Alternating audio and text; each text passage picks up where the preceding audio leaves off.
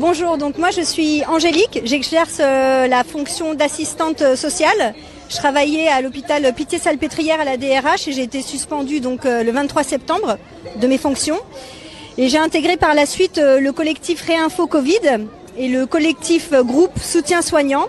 Et donc j'ai été amenée en fait à accompagner plein de personnels soignants suspendus dans leur démarche pour les aider à s'en sortir parce qu'ils se sont retrouvés en difficulté sans aucun revenu. Et là, début avril, en fait, on a été contacté par une aide-soignante qui travaillait à l'hôpital Thonon en service de réanimation. Donc dans son service, ils étaient 8 personnels à avoir fait les 2 premières doses. Ils ont refusé la 3e dose parce qu'ils avaient vu les dégâts que ça faisait en réanimation. Il y en avait 2 qui étaient logés sur l'hôpital sans bail. Elles ont été mises à la porte parce qu'elles ont refusé la 3e dose. Il y en a une qui avait un bébé, elle a été mise à la rue avec son bébé.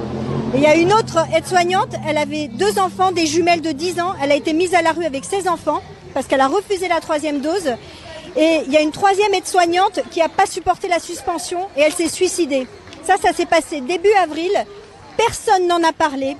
L'information n'a pas été relayée en fait dans les grands médias.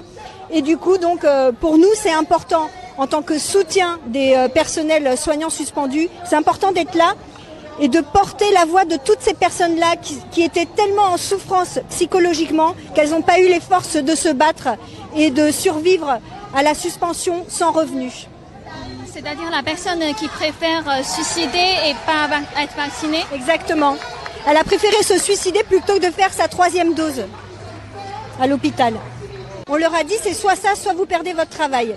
Et il y a des femmes seules avec des enfants, pour elles c'était pas impensable de perdre leur travail. Donc elles ont craqué, mais elles l'ont pas fait parce qu'elles croyaient au vaccin, elles l'ont fait parce qu'elles pouvaient pas se retrouver sans donner à manger à leurs enfants.